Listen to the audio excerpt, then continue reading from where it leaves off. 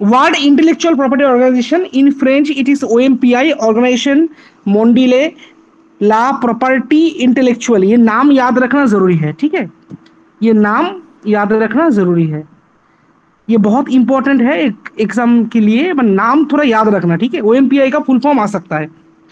तो ये कॉन्फ्रेंस, ये वर्ल्ड इंटेलेक्चुअल प्रॉपर्टी ऑर्गेनाइजेशन या फिर डब्ल्यूआईपीओ बनाने का एक अपना एक प्रोसेस था। कुछ कॉन्वेंशंस हुए थे, वो सब हम लोग धीरे धीरे देखेंगे क्या क्या हुआ था क्या नहीं हुआ था। तो after all those conventions and all, WIPO was established on 1967। कितने तारीख को हुआ था? 14 जुलाई को, 14 जुलाई को हुआ था। ओके, 14 जुलाई डेट याद रखना, 14 जुलाई को हुआ था। ये किस लिए बनाया गया था? To promote and protect intellectual property across the world by cooperating with countries as well as international organisations. माने पूरे विश्व में जितना भी इंटेलेक्चुअल प्रॉपर्टीज है उसको प्रोमोट और प्रोटेक्शन करने के लिए ये डब्ल्यूआईपीओ बनाया गया था। The countries which are the part of WIPO must follow the rules and regulations of the institution while promoting the intellectual properties in their respective countries. It is clear, everyone? Hello? Yes, sir. So after being established on 14 July 1967, WIPO started working on 26 अप्रैल 1970। ये दोनों date बहुत vital है, ये दोनों date बहुत vital है। 26 अप्रैल 1970, ठीक है, 26 अप्रैल 1970, ये डेट बहुत वाइटल है। ऑपरेशन स्टार्टेड ऑन 26 अप्रैल 1970। तो and the present director general of WIPO is Darren Tang from Singapore. Okay, Darren Tang from Singapore, who is the present director general of WIPO. So, and he started his tenure on October 1, 2020. ये date की आ सकता है नहीं आ सकता है, लेकिन याद रखो अक्टूबर 1, 2020, ठीक है। अब WIPO यूनाइटेड नेशंस का एक पार्ट है। कौन सी इंस्टीट्यूशन का पार्ट है? यूनाइटेड नेशंस स्पेशलाइज्ड एजेंसी का ब्रांच है, यूनाइटेड नेशंस स्पेशलाइज्ड एजेंसी का ब्रांच है। और इसका पेरेंट बॉडी कौन है? The parent body of WIPO is United Nations economic and social council, BBI। याद रखना जरूरी है, हाँ, BBI, United Nations social economic and social council, इसका पेरेंट बॉडी है। And headquarter of WIPO is Geneva, Switzerland. छोटे छोटे जो पॉइंट्स हैं इसके ऊपर, इससे MCQ आ सकते हैं, तुम लोगों को याद रखना है, ठीक है। Now at present there are 193 member states of WIPO। What is the number? Total 193, out of which 190 United Nations का मेंबर है, out of which 190 are members of United Nations. Okay, out of 193, 190 are members of United Nations. और 3 non member है, ये बहुत vital है। Non member कौन सा है? द कुक आइलैंड्स, होलिसी एंड न्यूई, ये तीनों number, these are non-members, these are non-members. Which are the non-members of WIPO? If the question is asked and the options are given, Cook's Island, Holy Niue, all of these, what will the answer?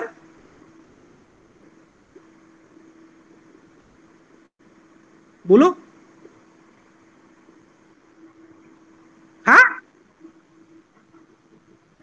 If the question is asked, which are the 3 non-members of United Nations which are part of WIPO?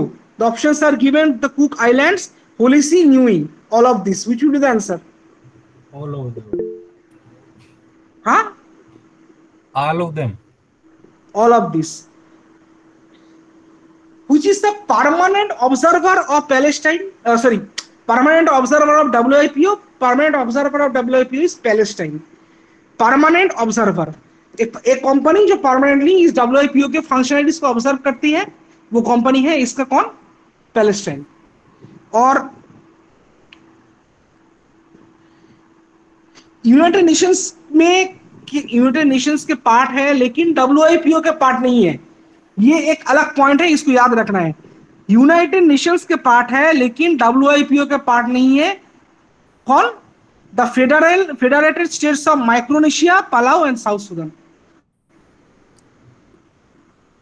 Okay, the non-members belonging to United Nations are the Federated States of Micronesia, Palau, and South Sudan. These three are parts of United Nations, but not the part of WIPO. ये हमको याद रखना है। Is it clear?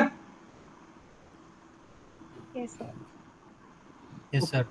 तो अब now let us study how WIPO was actually formed. Okay, there are lots of treaties and all. उसमें से बहुत इंपॉर्टेंट कुछ ट्रीटी है जो हमको याद रखना है, जैसे 1883 Paris convention for the protection of industrial property, very very important for examination. 1883 Paris convention for the protection of industrial property. ये क्या है? This was a series of diplomatic conferences, A series of diplomatic conferences. कब हुआ था? 1880 से 1883 तक। और finally कब साइन हुआ? 20 March 1883। Dates are important. Finally कब साइन हुआ? फाइनली कब साइन हुआ? 20 March 1883। And this was one of the first intellectual property treaties. इसको याद रखना है। तो इसे तो वी हैव टू नो कि why it is so important. It established a union for the protection of intellectual property. Intellectual property, दुनिया भर में जितने intellectual properties हैं उन सबको प्रोटेक्शन करने के लिए यहाँ पे क्या किया गया? एक यूनियन फॉर्म किया गया। Industrial properties, industrial properties are also part of intellectual properties. Okay, इसके बारे में हम आगे पढ़ेंगे। Additionally, it applies to a wide range of industrial property including patent, trademark, utility models, industrial designs, trade names, service marks, geographical indications, as well as the repression of unfair competition. Competition जो unfair तरीके से चलता था उसको दबाने के लिए या फिर उसको एक टर्मिनेट करने के लिए ये कन्वेंशन किया गया था और ये ट्रीटी साइन हुआ। ये उसका एक बहुत बड़ा कारण है ना। 1883 पेरिस कन्वेंशन का ये एक बहुत बड़ा कारण था कि अनफेयर कंपटीशन जो चलता था मार्केट में उसको कैसे दबाया जाए। उसके इसका कंक्लूजन क्या है? ये तो कन्वेंशन हुआ। So this was all about the convention. जो कन्वेंशन हुआ उसके बारे में था। अब उसका आउटकम क्या था? The outcome of that convention was the international bureau established by Paris Convention for the protection of industrial property and later became part of BIRPAI and later WIPO. So there is a historical connection between this particular treaty, BIRPAI and WIPO. These are actually steps. Okay, these are steps of the final formation of WIPO. So it is very important that you should know about the Paris Convention 1883.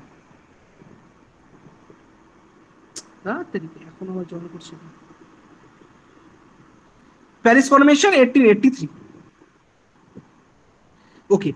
Next convention was Berne Convention for the protection of literary and artistic works. Very important. Berne Convention for the protection of literary and artistic works. Literary और artistic works को protect करने के लिए, माने कोई भी साहित्य जब लिखा जाता है तो उसका एक लेखक होता है और कोई भी आर्ट जब बनाया जाता है तो उसका एक आर्टिस्ट होता है। आर्ट किसी भी फॉर्म का हो सकता है। तो वो जो है उसका जो आर्टिस्ट है या फिर उसका जो लेखक है, जो लिटरेचर जिसने लिखा है, उसका तो एक राइट होता है उस चीज के ऊपर।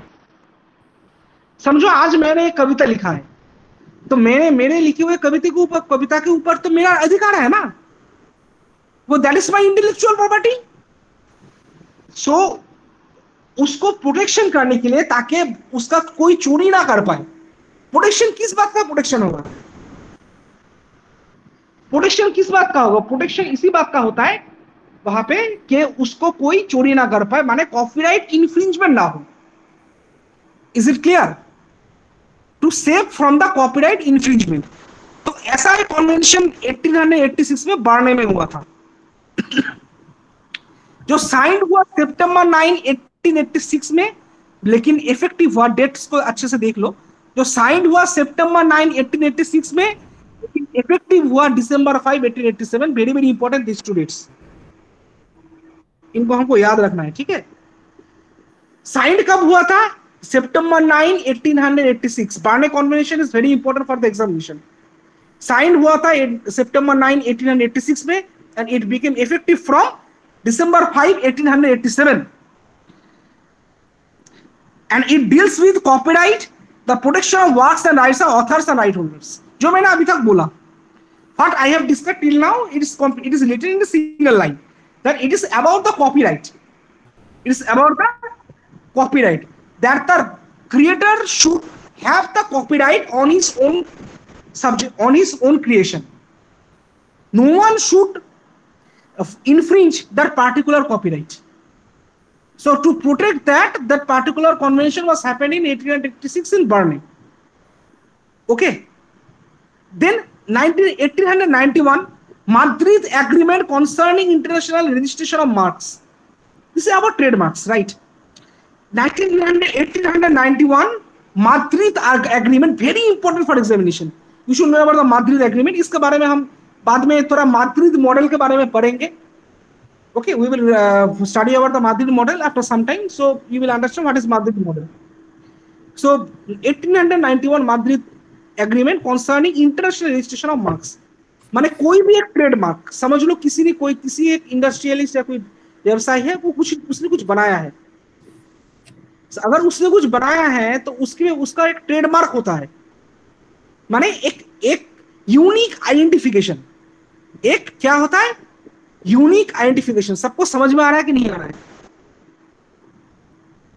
Hello, yes sir. सबको समझ में आ रहा है? Yes sir. अच्छा, मालूम नहीं। तो उस पार्टिकुलर ट्रेडमार्क के विषय में एक वहां पे एक एग्रीमेंट हुआ था 1891 में माद्रिद में। So that is very important when we are studying about the trademarks, and we will study about the Madrid model also. तो इसका मेन काम क्या था? The primary international system for facilitating the registration of trademarks in multiple jurisdictions around the world, along with Madrid Agreement 1889। Madrid Agreement हुआ था 1889 में, उसको मद्देनजर रखते हुए एक प्राइमरी इंटरनेशनल सिस्टम को बनाया गया एक यूनिवर्सल स्टेट मार्किंग के लिए। if an industrialist or a businessman creates something and want to sell that, he should have that particular trademark of his own. Okay, and no one should be able to copy that. So regarding this matter, there was a agreement signed on 1889 known as the Madrid Agreement, and basing that particular agreement in 1891, Madrid Agreement concerning the international registration of marks was happened. So it is very important while you are studying about the trademarks. It is the beginning, or you can say it is a foundation step of trademarking. It is the foundation step for trademarking. After that, BILBAI was formed, United International Bureaus for the Protection of Intellectual Property. Very important for the examination hall. United International Bureaus for the Protection of Intellectual Property. तो कैसे कैसे हुआ? इन 1893 international bureau established by the Paris convention. ये हम लोगों ने पहले भी पढ़ चुके हैं, थोड़ी देर पहले ही पढ़ा। And the international bureau established by burn convention both to carry out administrative tasks and march to form the BILBAI. That means 1883 Paris Convention उसके बाद जो इंटरनेशनल ब्यूरो फॉर्म किया गया, और उसके बाद 1886 में बार्ने कन्वेंशन हुआ, उसमें उसके बाद जो एग्रीमेंट्स वगैरह साइन हुए, जो इंस्टीट्यूशन फॉर्म किया गया, जो यूनियन फॉर्म किया गया, that marched and formed BIRPI in 1893. So it is a joint result of both the conventions, 1883 Paris Convention, 1886 Madrid Barne Convention. Is it clear to everyone?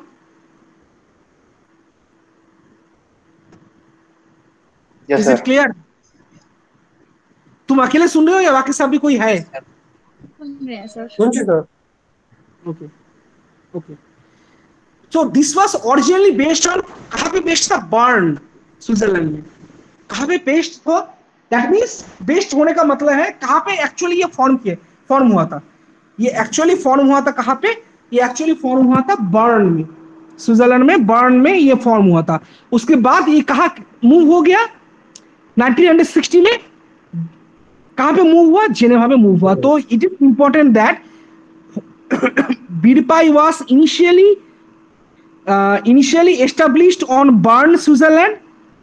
Bern, Switzerland, it is important. Bern, Switzerland, and after that it is moved to Geneva in 1960. So the time table, the chronological order is very much important while you are studying about the historical development of WIPO. It is clear? And after that, Yes, sir. BDPI was changed to WIPO in 1970. This point is very important. BDPI was later changed into WIPO in 1970, which came into force on to April 26, 1970. So till now we are discussing about the WIPO. WIPO बनाने का जो सिद्धांत हुआ वो कब sign हुआ? 14 जुलाई 1967. Is it clear? WIPO बनाने का जो एक एग्रीमेंट पेपर बोलो या फिर जो सिद्धांत बोलो, वो कब साइन हुआ? 14 जुलाई 1967, जो मैं पहले डिस्कस कर चुका हूं. Stockholm convention sir. Yes, Stockholm conventions, this one, जो पहले मैंने थोड़ी देर पहले डिस्कस किया इसके बारे में. और उसके बाद अप्रैल 26, 1970 से ये क्या काम करना शुरू कर दिया. It became functioning. So date of signing and date of functioning both are different things. एक एक तारीख में बनता है और उसके बनने के बाद तो कुछ सालों बाद या फिर कुछ महीनों बाद वो चालू होता है. So you have to remember that it is not always the same. जिस तारीख में साइन हुआ मतलब उसी तारीख से चालू हो गया, ऐसा नहीं होता है. ठीक है. And April 26 is known as World Intellectual Property Day. So which date is known as the World Intellectual Property Day? April 26. Which date is known as the World Intellectual Property Day? April 26. So it is very, very important. April 26 is celebrated as World Intellectual Property Day. Very important for examination. Is it clear?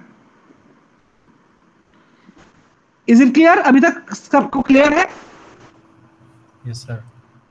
Yes, sir.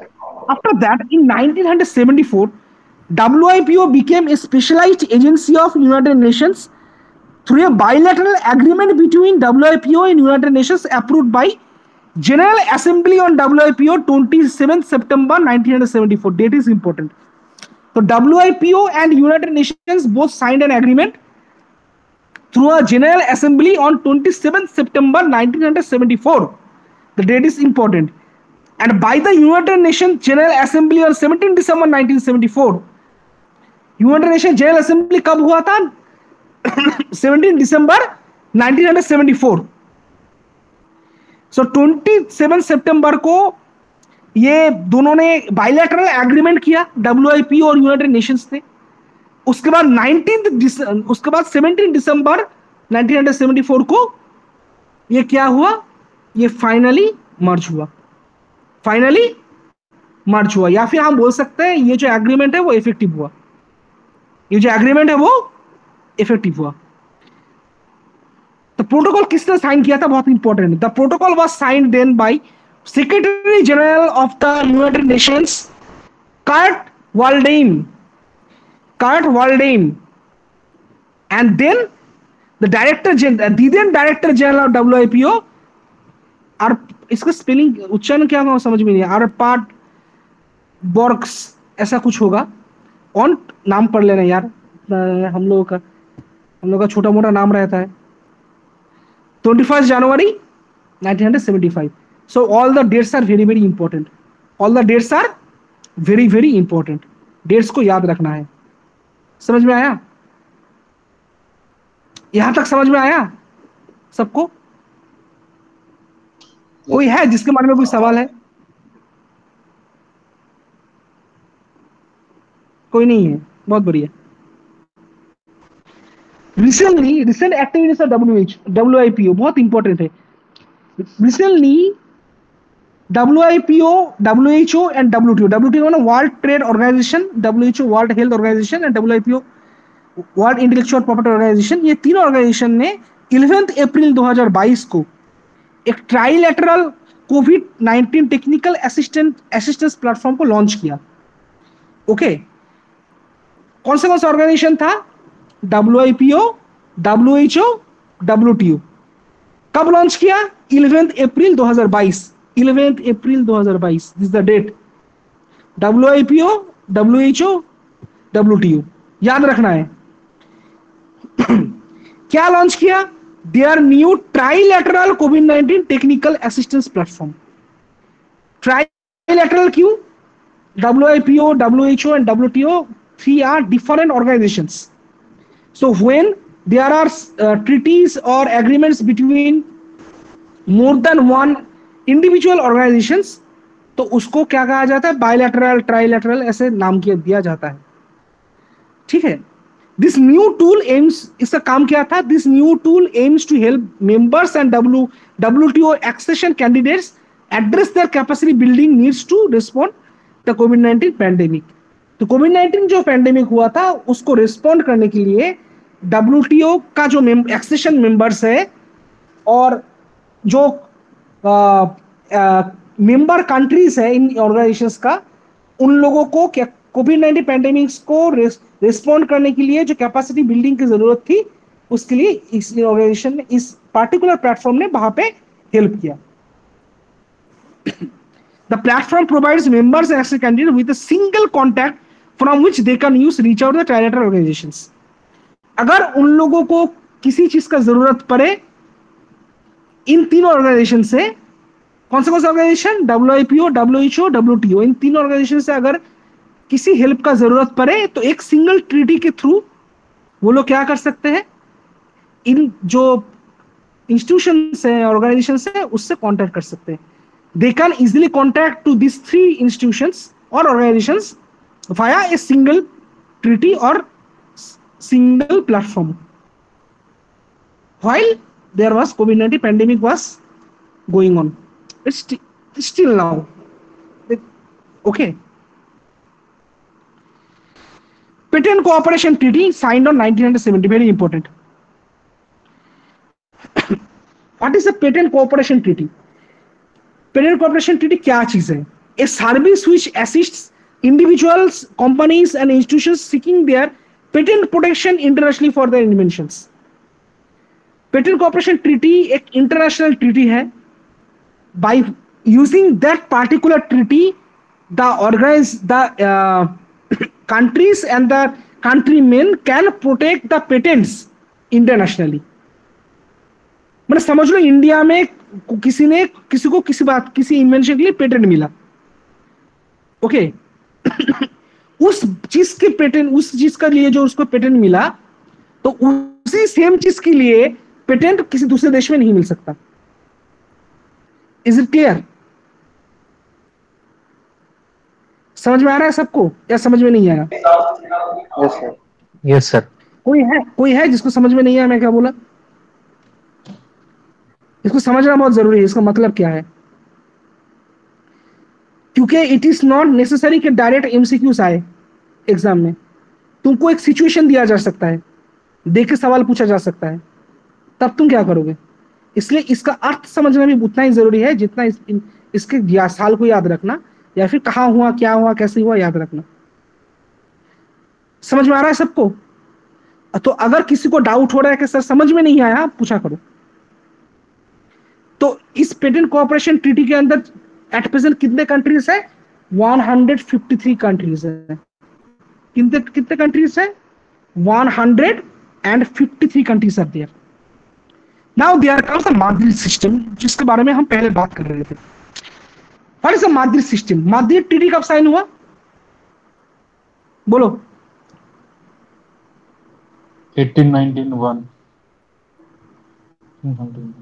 बोलो, देखते हैं अभी तक तुम लोग क्या सुने हो, देखते हैं। बोलो बोलो, सुने नहीं, बोलो।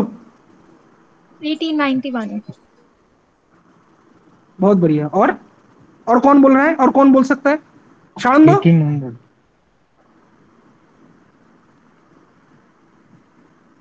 शानंद, হ্যাঁ স্যার আমি মনে कौन পড়ছে सा না মনে পড়বে কোথায়? 1889 माद्रिद एग्रीमेंट कब साइन हुआ? 1889। और उसके बेसिस पे ट्रेडमार्क का कन्वेंशन कब हुआ? 1891। गड़बड़ नहीं करना है। Is it clear? Yes, sir. Yes, sir. That's why I am saying that year is very important. Okay. What is a Madrid system? इसको समझना बहुत जरूरी है। Madrid system is a centralized trademark registration system. क्या है ये? एक केंद्रीय ट्रेडमार्क रजिस्ट्रेशन संस्था है, या फिर एक पद्धति है। Through a single application in one language and with one set of fees, with one set of fees. Fees का करेंसी क्या होगा? बहुत इंपॉर्टेंट है, स्विस फ्रैंक। करेंसी क्या होगा इसका? स्विस फ्रैंक, माने स्विस मनी। ठीक है। Protection can be obtained in member states and intergovernmental organizations. And intergovernmental organizations. What is the difference between inter and intra? कोई बोल पाएगा? স্যার ইন্টার মানে স্যার বাইরের সাথে, আর ইন্ট্রা তো ভেতরে। কি ইন্টার ভেতরে? গভর্নমেন্ট মানে অনেকগুলো দেশের গভর্নমেন্টের মধ্যে হবে, আর ইন্ট্রা হলে স্যার ধরুন ইন্ডিয়ার হলে তো ইন্ডিয়ার ভেতরের গভর্নমেন্টের হবে। सबको समझ में आया वो क्या बोला? सर बंगाली नहीं आती। He was saying that intergovernment means governments of more than one countries. Okay. And intergovernment means within one particular government, like now at present central government. तो उसके अंदर जो संस्थाएं हैं उन सब के बीच में अगर कोई ऐसा कुछ ट्रीटी वगैरह या फिर ऐसा कुछ रूल्स एंड रेगुलेशंस होता है तो वो होता है इंटर गवर्नमेंट। और समझ लो इंडिया, यूके, यूएसए, इन सब के बीच में अगर कोई रूल्स एंड रेगुलेशंस वगैरह कुछ होता है, समझ लो, या फिर United Nations, various countries, various governments, तो दे आर, उन सब के बीच में समझ लो एक समझौता हो रहा है या सिस्टम डेवलप हो रहा है, कोई रूल्स एंड रेगुलेशन साइंड हो रहा है, तो वो होता है inter government. Is it clear? So Yes, this sir. can be obtained in member states and intergovernment organizations, and intergovernment organizations. International relations then can be modified, renewed and expanded. क्या क्या हो सकता है?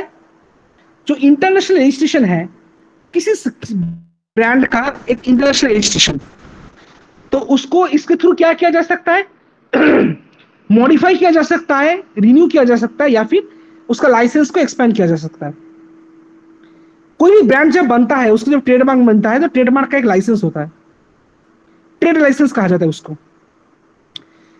तो वो ट्रेड मार्क का use करके ही that organisation, that business organisation can do the business for a particular time, and after that organisation has to renew that. Okay, so this with the help of this Madrid system of trademarking, intergovernmental organizations can do the same thing by only through a one single window, or better to say one single application in one particular language. What is the official language is English. Okay,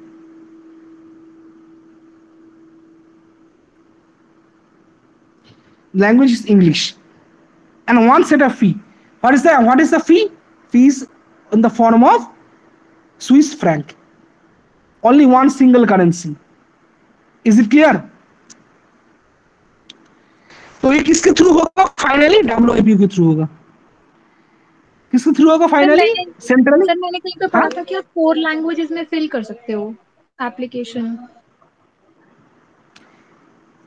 application 4 languages में fill किया जा सकता है, लेकिन जब ये when that the system is happening internationally, okay, the system is happening internationally 10-12 languages में अगर होगा तो एक यूनिफाइड सिस्टम फॉर्म नहीं कर सकता. when there is a matter of a unified system, इसको पढ़ो. माध्यम system is centralised trademark registration system, माने एक सिंगल एप्लीकेशन के थ्रू होगा. So when this is trademarking is happening internationally using a single language, single application, there should be a single language and single fee, single type of fee, that means a single type of currency. अभी समझ में आया?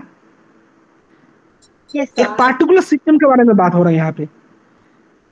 Okay, इस particular system में जब तुम काम करोगी तो वहां पे तुमको अगर अपने ट्रेडमार्किंग का लाइसेंसिंग करना है, इंटरनेशनल लाइसेंसिंग करना है, तो वहां पे तुमको एक सिंगल एप्लीकेशन के थ्रू कर सकती हो, एक सिंगल लैंग्वेज में और एक सिंगल करेंसी फॉर्मेट में. उसके बाद क्या है माध्यम सिस्टम? क्या है माध्यम system? Can only be used by a natural person और ए लीगल एंटिटी. माध्यम system can only be used by a natural person और ए legal entity which is national, is domicile or has a company in the territory of a member of Madrid system. Madrid system में अगर वो member नहीं है तो वो नहीं कर सकता. उस पार्टिकुलर कंट्री या फिर उस पार्टिकुलर कंट्रीमैन को उस माद्रिद सिस्टम के अंतर्गत होना पड़ेगा. If it is not in the with in the Madrid system, that system is not applied to that particular person or that particular country, or better to say legal entity. Is it clear? कोई समस्या है? Hello, yes sir. सबको clear है? सारे सब लोग reply क्यों नहीं देते यार? ना चिल्लाना पड़ता है तुम लोगों के ऊपर. पूछ रहे हो, जवाब दो.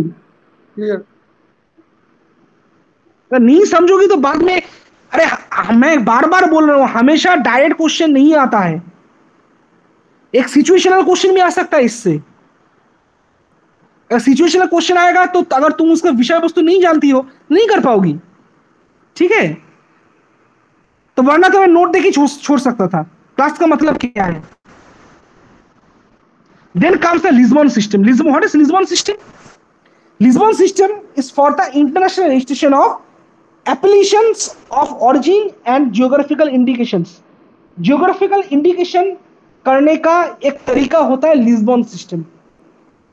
Geographical indication क्या होता है? ये एक यूनिक आइडेंटिटी होता है. It's a unique identity, right? Kolkata rasgulla. Okay, the rasgulla of Kolkata. It is in Kolkata, it is in India, it is not in anywhere else. So it has an unique identity. It has an unique identity. So to protect that unique identity internationally, not in the national system, in internationally, माने पूरे विश्व में उस चीज को protect करना, वो किसके थ्रू होता है? लिस्बन सिस्टम के थ्रू होता है. किसके थ्रू होता है? लिस्बन सिस्टम के थ्रू होता है. समझ में आया? Yes sir. प्रीलिम्स में, मेंस में इसके ऊपर और बहुत डेप्थ में क्वेश्चन आ सकता है, और प्रीलिम्स के लिए इसको एक ओवरव्यू होना बहुत जरूरी है. उसके बाद ओके सर।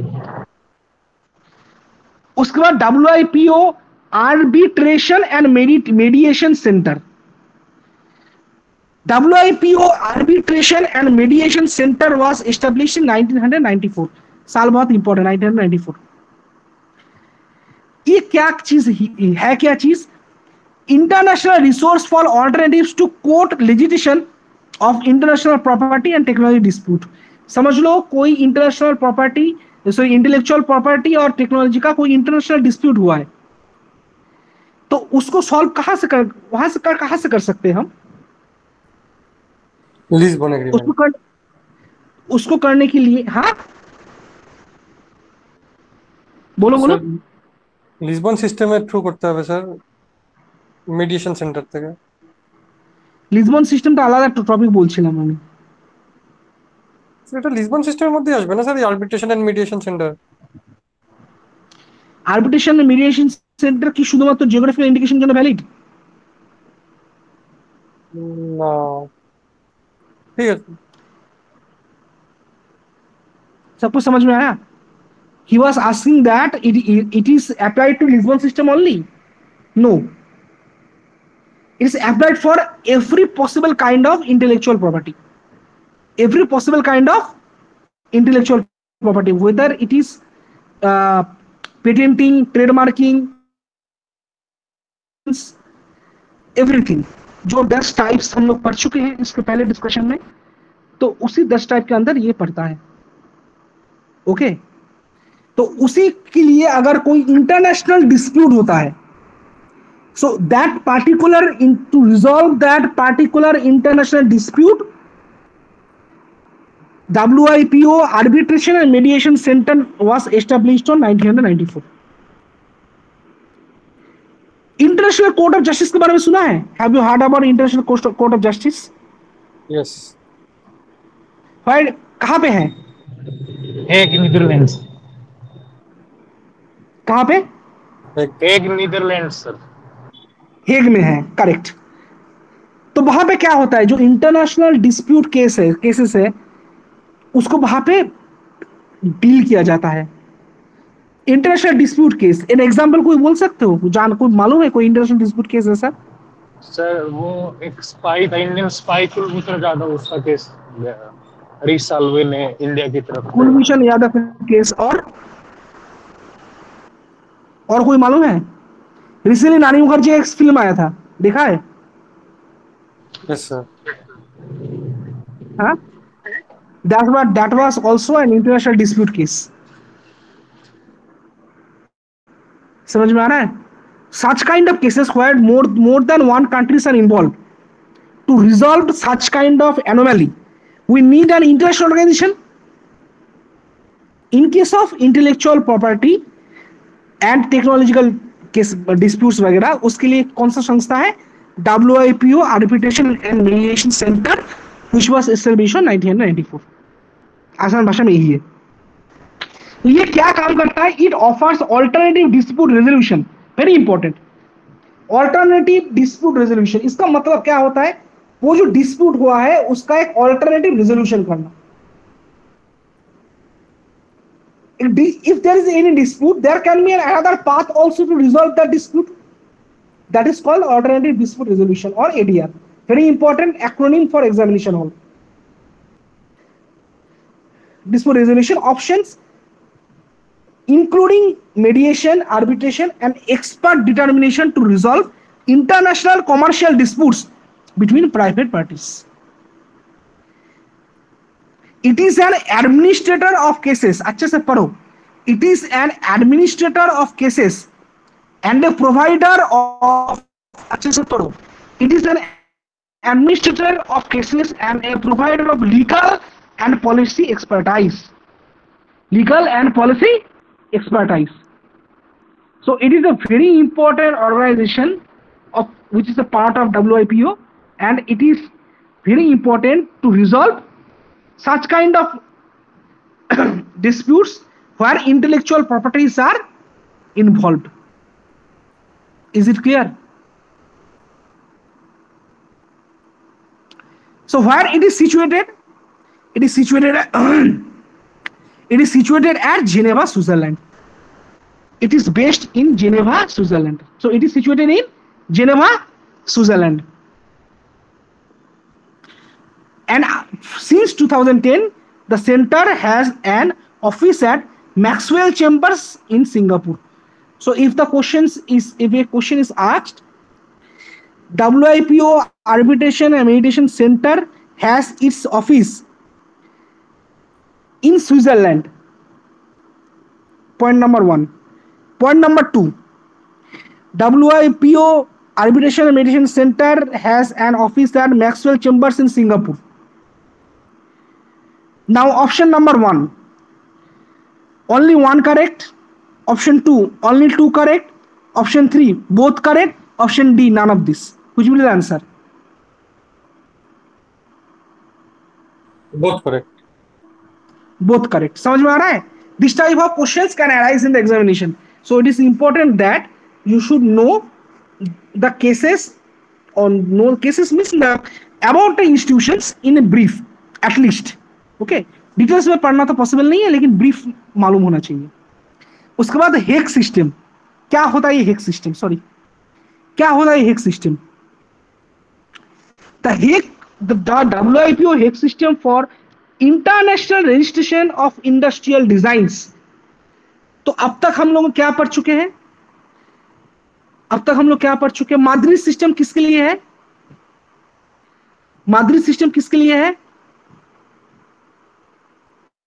ट्रेडमार्क्स के लिए. लिस्बन सिस्टम किसके लिए है? GI ज्योग्राफिकल इंडिकेशंस के लिए. और हेग सिस्टम किसके लिए है? Industrial design. So there can be matching also in the examination hall. This type of question can also come. समझ में आ रहा है? टाइप ऑफ क्वेश्चंस मैं बोल रहा हूं. पेपर सेटर का माइंड क्या चल रहा है वो तो तुम नहीं बोल सकते ना. समझ में आ रहा है? तो इस टाइप का क्वेश्चन आ सकता है, तुमको समझना पड़ेगा इन बातों को. WIPO Hague system for the international registration of industrial designs provides an international mechanism for securing protection. ये बहुत इंपॉर्टेंट है. अप टू, मैं थोड़ा जूम कर देता हूं, अप टू 100 डिजाइन्स. कितना डिजाइन तक हो सकता है?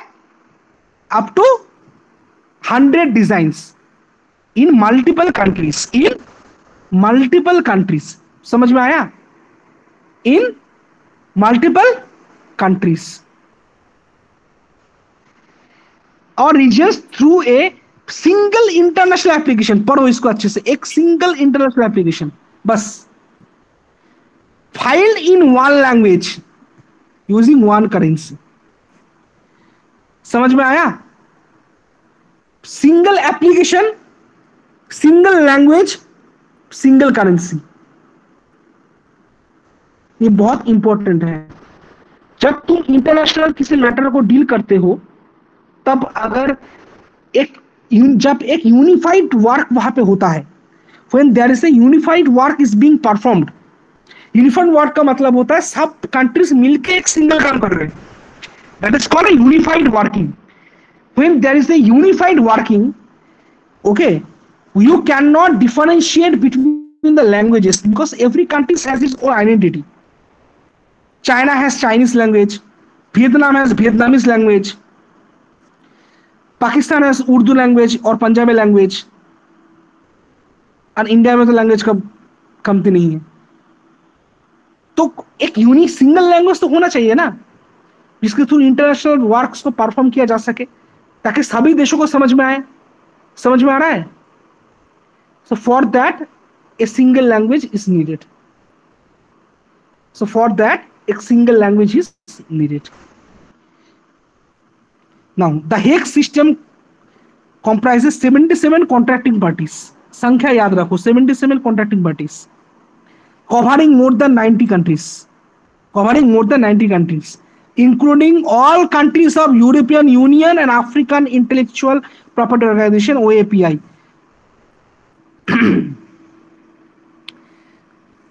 समझ में आया? और इसका 77 मेंबर है चाइना, लेटेस्ट. इसका लेटेस्ट मेंबर है चाइना.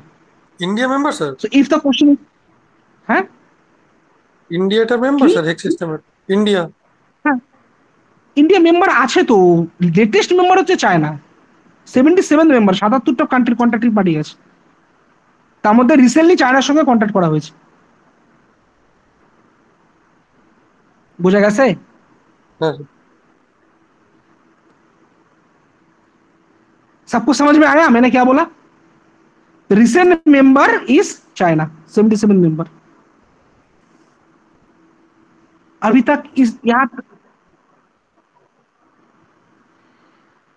नो नो नो, हेक सिस्टम, ये जो सभी सिस्टम वगैरह है, ठीक है, डब्ल्यूआईपीओ फॉर्म करने के बाद जो इंडस्ट्रियल प्रॉपर्टीज, इंटेलेक्चुअल प्रॉपर्टीज जो में जो सब्जेक्ट्स वगैरह है, मालूम है तो इंटेलेक्चुअल प्रॉपर्टी में क्या क्या पड़ता है?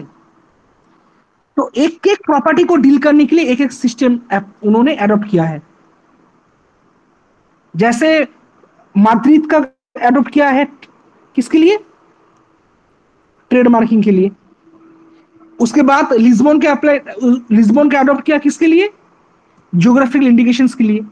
उसी तरह हेक सिस्टम को अप्रूव माने हेक सिस्टम को वो लोग उन लोगों ने एडॉप्ट किया किसके लिए?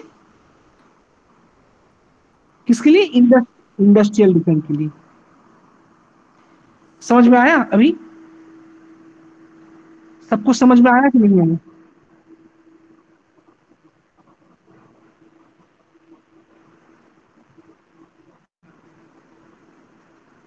Repeat once again.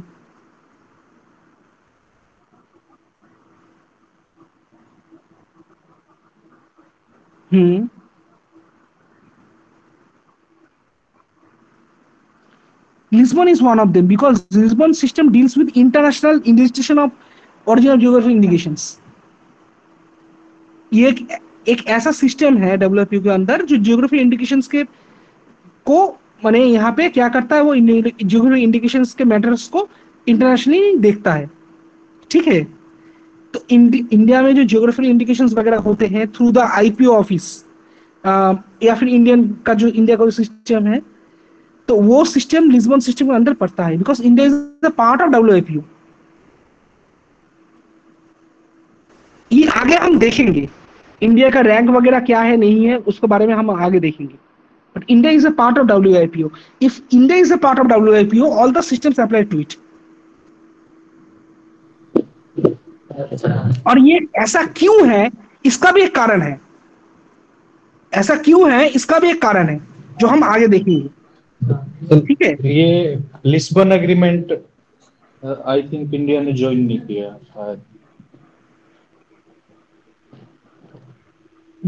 India join नहीं कर सकता है वो अलग बात है, ठीक है, इंडिया ज्वाइन नहीं कर सकता वो अलग बात है, लेकिन डब्ल्यूआईपीओ का कुछ नॉर्म्स वगैरह है, ठीक है, डब्ल्यूआईपीओ कुछ नॉर्म्स वगैरह है, उसके नॉर्म्स को के बाहर जाके कोई भी कंट्री काम नहीं कर सकता जो डब्ल्यूआईपीओ के अंदर है। इंडिया और डब्ल्यूआईपीओ के बीच में एक एग्रीमेंट है, उस एग्रीमेंट में मैं आऊंगा, अभी तक आया नहीं हूं। हो सकता है कि जियोग्राफिक इंडिकेशंस के लिए उस पार्टिकुलर सिस्टम को वो एडॉप्ट नहीं किया हो, अभी तक मैं वहां तक पढ़ा नहीं हूं खुद भी, मुझको तो पढ़ना पड़ता है, तुम लोग पढ़े होंगे, तुम लोग को मालूम होगा, वो एडॉप्ट नहीं किया होगा। लेकिन डब्ल्यूआईपीओ का अंतर्गत जितनी भी कंट्रीज है उसके ऊपर ये सिस्टम लागू होता है। और डब्ल्यूआईपीओ का जो नॉर्म्स वगैरह है, नॉर्म्स कुछ वहां पे there are some rules and regulations जिसके बाहर कोई भी कंट्री जो डब्ल्यूआईपीओ का अंतर्गत है वो काम नहीं कर सकता। ये इंडिया और डब्ल्यूआईपीओ का जो बीच में जो एग्रीमेंट साइन हुआ है उसके ऊपर जब मैं पढ़ाऊंगा थोड़ी देर बाद तब तुम देख पाओगे, मैं आया नहीं हूं वहां तक। कोई कंट्री चाहे तो एक पार्टिकुलर टेक्निक को वो चाहे अडॉप्ट नहीं कर सकता, वो अलग बात है, बट रूल्स एंड रेगुलेशंस को वायोलेट नहीं कर सकता। इसीलिए डब्ल्यूआईपीओ को फॉर्म करने का कारण यही है। ओके, तुम लोग ज्यादा पढ़ चुके हो, तुम लोग को मालूम हो सकता है, मैं पढ़ते पढ़ते जा रहा हूं, मुझको थोड़ा कम मालूम है। फंडिंग ऑफ डब्ल्यूआईपीओ जो है उसको फंडिंग कैसे होता है? फंडिंग ऑफ डब्ल्यूआईपीओ उसका मेजर फंडिंग होता है पेटेंट कोऑपरेशन ट्रीटी के through. 76.6% of the revenue patent corporation TD के थ्रू उसका मैक्सिमम क्या होता है, मैक्सिमम रेवेन्यू जनरेशन होता है। उसके बाद Madrid system 16.3% of the revenue और Hague system 1.4% of the revenue. तो दे आर 3 मेजर पार्ट क्या है, पीसीटी, माद्रिद, हेग, फॉर ये किसके लिए, फॉर रेवेन्यू जनरेशन।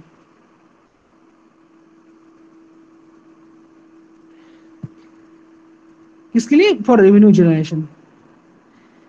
अभी WIPO जो है वो तो एक ऑर्गेनाइजेशन है, तो वो जो ऑर्गेनाइजेशन है तो उस ऑर्गेनाइजेशन के अंदर कुछ डिविजन्स वगैरह है जो वेरियस मैटर्स को देखता होगा।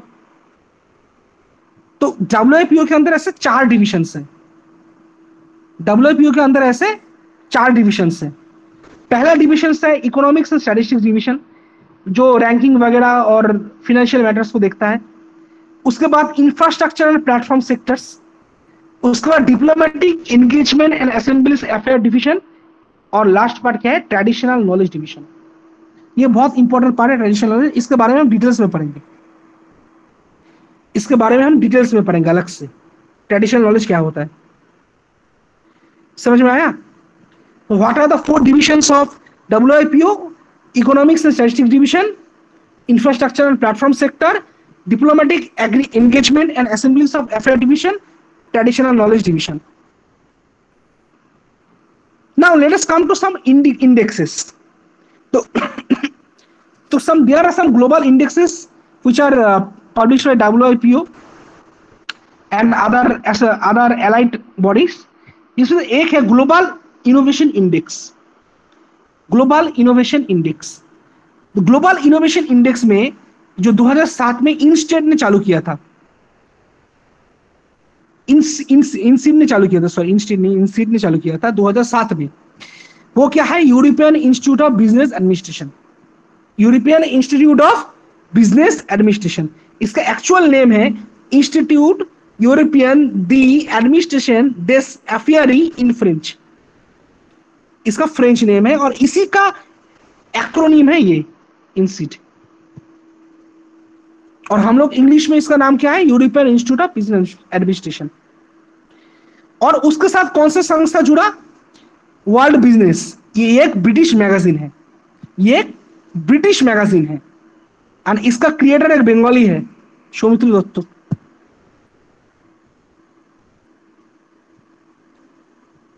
Okay, Bengali sir everywhere, proud to be a Bengali. इसका ग्लोबल इनोवेशन इंडेक्स का क्रिएटर कौन है, Soumitra Dutt. So as per 2022, it is the latest report. Switzerland ranks 1, US ranks 2, Sweden ranks 3, और इंडिया का रैंक क्या है, 40। इंडिया का रैंक है 40, लेकिन साउथ एशिया रीजन में इसका रैंक 1 है। साउथ एशिया रीजन में इसका रैंक 1 है। यार रीजन्स उतना पढ़ने की जरूरत नहीं है, साउथ एशिया रीजन में इसका रैंक है 1, पर ओवरऑल ग्लोबली इसका रैंक क्या है, 40। ग्लोबल इसका रैंक क्या है, 40। सबको समझ में आया यहां तक?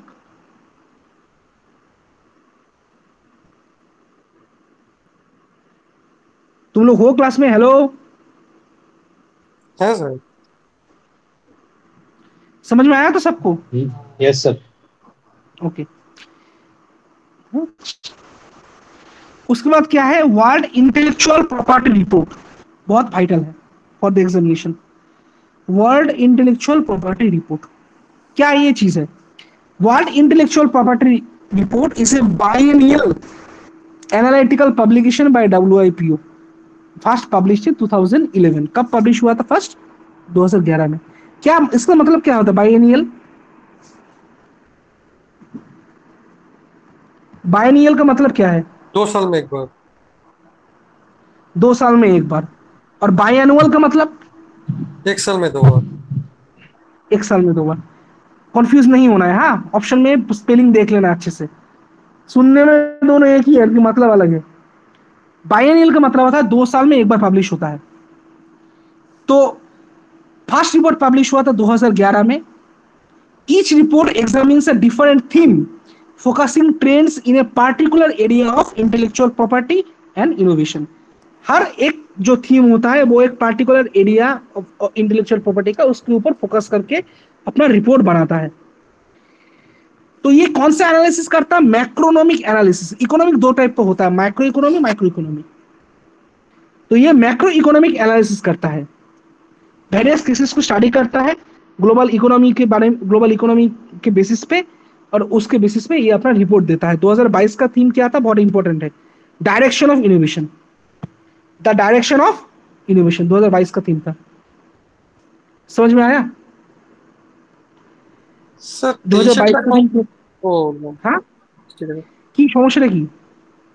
বল বল বল। ঠিক আছে স্যার। স্যার অড ইয়ারে হওয়ার কথা না স্যার, 2011-তে যদি প্রথম হয়ে থাকে? 2022 হলে আমি কি করব? না না আমি কি ডব্লিউপি এর মালিক? না না ওকে, নেক্সট এমনি আর কি বললাম, কিছু মাইন্ড করিস না। না না ঠিক আছে। Next report is very important. It is called patent scope. Very important for examination. PBI, yeah, patent scope. What is a patent scope? Because you are joining as you, because you are, हाँ? Would you provide the PDF for this? क्योंकि मैं लिख रही हूँ और मैं लिख नहीं पा रही इतनी स्पीड से sir. I will provide the PDF. Don't worry, हाँ? Okay, thank you sir. Patent scope क्या चीज है? पेटेंट स्कोप बहुत इंपॉर्टेंट है तो हमारे एग्जामिनेशन के लिए, because the examination is about patent examination. अच्छा था, it is examination is about patent examination. So if the examination is about the patent, आवाज शुरू बोलो झमेला।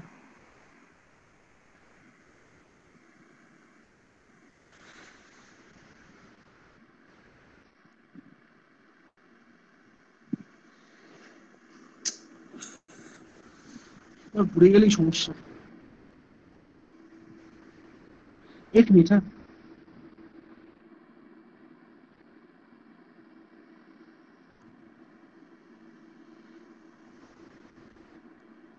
अभी ठीक है।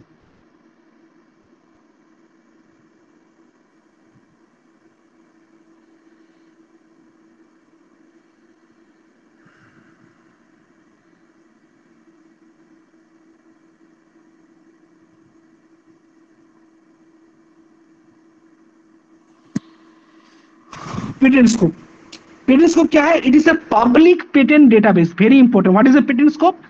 It is a public patent database provided by WIPO। Patent scope क्या है? बायोस्कोप क्या होता है? What is a bioscope? Cinema.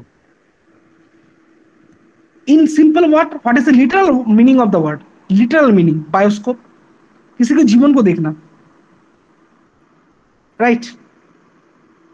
Cinema में तुम किसी इंसान के जीवन को तो देखते हो। कभी कभार। That is why the term bioscope is used for cinema. You actually see someone's life, right? So patent scope means is the public scope means देखना। Scope शब्द का मतलब होता है देखना, to see,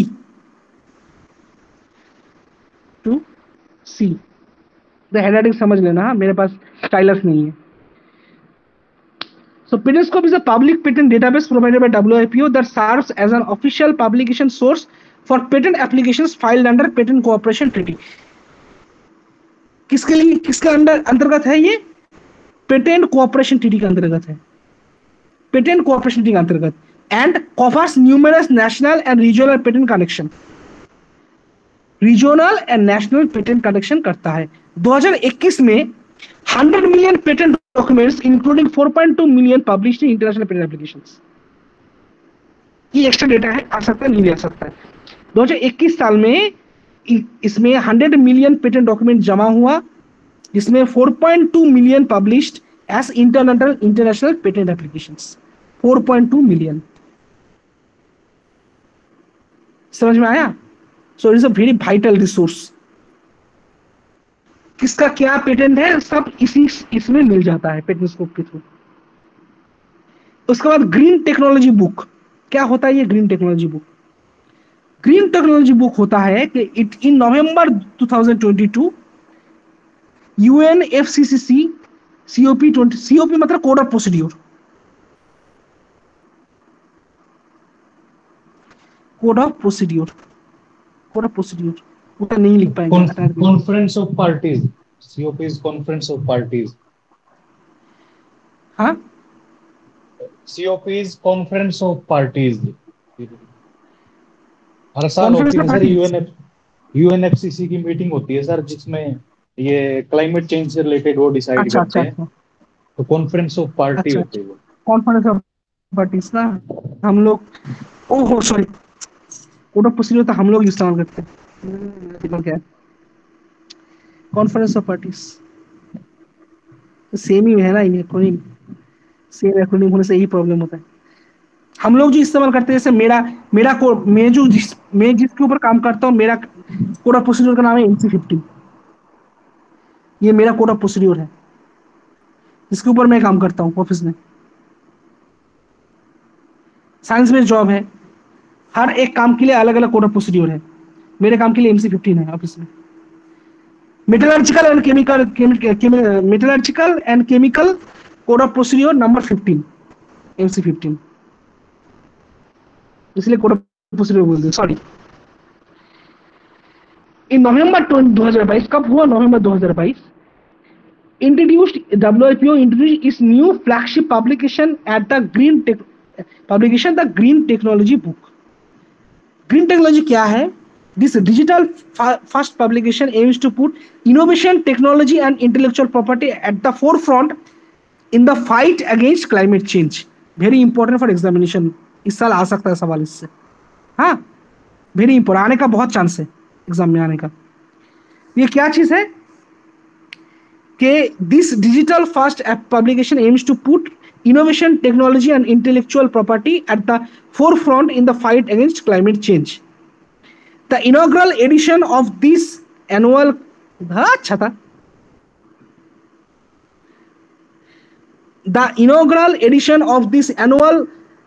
publication focused on available solutions for climate change. ये important point है, focused on available solutions for climate change, adaptation to reduce vulnerability as well as to increase resilience to impacts of climate change. मैं आसान भाषा में समझा देता हूँ तुम लोगों को क्या होता है। ये जो क्लाइमेट चेंज होता है, क्लाइमेट चेंज का एक बहुत बड़ा एग्जांपल क्या है, ग्लोबल वार्मिंग है, राइट। ग्लोबल वार्मिंग है, ये जो ग्लोबल वार्मिंग होता है ये एक एग्जांपल है क्लाइमेट चेंज का। तो इसको रोकने का जो तरीका है, उसका जो रेजोल्यूशंस वगैरह है, या फिर उसके अगेंस्ट में जो रिसाइलेंस है, क्लाइमेट चेंज का समझ लो इम्पैक्ट क्या हो सकता है। अगर बहुत टेम्परेचर, समुद्र का टेम्परेचर बहुत राइज करता है, specially in the continental zone, specially in the regions जो कॉन्टिनेंट्स का वगैरह है, कॉन्टिनेंट्स से लागू माने एकदम नजदीक जो जोन्स है, वहां पे होने से क्या होता है, वहां पे फ्लड, सुनामी हो सकता है। अगर कहीं पे फ्लड सुनामी ज्यादा हो रहा है तो कहीं पे वहां पे ड्राउट हो सकता है। तो ऐसा कुछ सिनेरियो वहां पे हो सकता है जो है क्लाइमेट चेंज का इम्पैक्ट, माने क्लाइमेट चेंज का फलाफल। तो वो जो इम्पैक्ट है वहां हो रहा है, वहां पे उस इम्पैक्ट को डील करने के लिए वहां पे एक फ्लैगशिप प्रोग्राम को वहां पे इंट्रोड्यूस किया गया वाया WIPO, जिसका नाम दिया गया ग्रीन टेक्नोलॉजी बुक। इसमें क्या किया जा रहा है, ये जो इंटेलेक्चुअल प्रॉपर्टी का इस्तेमाल करके उसके खिलाफ एक रिजाइलेंस यानी प्रतिरोध बनाया जा रहा है। ये जो इंपैक्ट्स ऑफ क्लाइमेट चेंज है उसके अगेंस्ट में एक रिजाइलेंस यानी प्रतिरोध को बनाया जा रहा है। समझ में आ रहा है सबको? तो उसी के विषय के ऊपर एक बुक, जो उन लोग वो लोग एक बुक पब्लिश किए हैं जिसको कहा जाता है ग्रीन टेक्नोलॉजी बुक।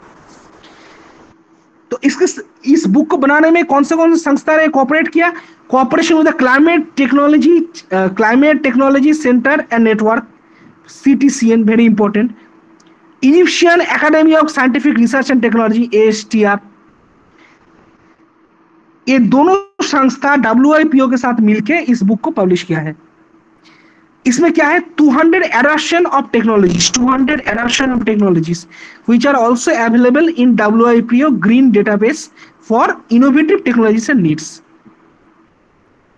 मोटा मोटी समझ में आया ग्रीन टेक्नोलॉजी बुक क्या होता है? कोई है जिसको समझ में नहीं आया क्या? मोटा मोटी समझ में आया है सबको? Hello? Yes sir. Yes sir. Okay, अब देखते हैं कौन से कंट्री के पास कितना पेटेंट है। ये एक्स्ट्रा डेटा है, एग्जाम में आ सकता है, नहीं भी आ सकता है, फिर भी मैंने सोचा कि एक बार ये मालूम होना चाहिए। सबसे ज्यादा किसके ऊपर है ये? रैंक वाइज है। हाँ, रैंक किसका है? ये सबसे ज्यादा है चाइना, उसके बाद यूके, यूएस, उसके बाद जापान। सब सीरियल ही है। हाँ, रैंक वाइज है यहाँ पे पूरा। पहला 10 कंट्रीज कौन सा है? China, US, Japan, South Korea, Germany, France, UK, Switzerland, Sweden, Netherland. ये पहला 10 कंट्री है जिसका सबसे ज्यादा पेटेंट है। 2023 का रिपोर्ट है, वेरी रिसेंट। इंडिया का रैंक क्या है? 42 में। इंडिया में इतना कम पेटेंट है, सोच के देखो। इंडिया का रैंक है 42 out of 55 countries in the latest international intellectual property index report. समझ रहे हो इंडिया में रिसर्च का हालत कितना खराब है?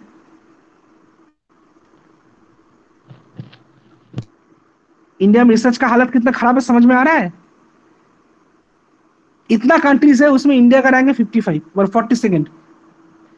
55 कंट्रीज में से 42वां कंट्री है इंडिया। नहीं, मैंने इंडिया का number of patent holding India कम है। पेटेंट होल्डिंग कब बढ़ता है? जब वहां पे रिसर्चेस ज्यादा होते हैं, इनोवेशन ज्यादा होता है। समझ में आ रहा है सबको? अगर उतना नहीं होगा तो उसका रैंक तो पीछे ही आएगा। छोड़ो, पॉलिटिकल बात हो जाएगा, बोलने के लिए बहुत कुछ है। इसके बाद हम लोग क्या करेंगे? ये जो पार्ट है, this is about the history of patenting, history of copywriting, history of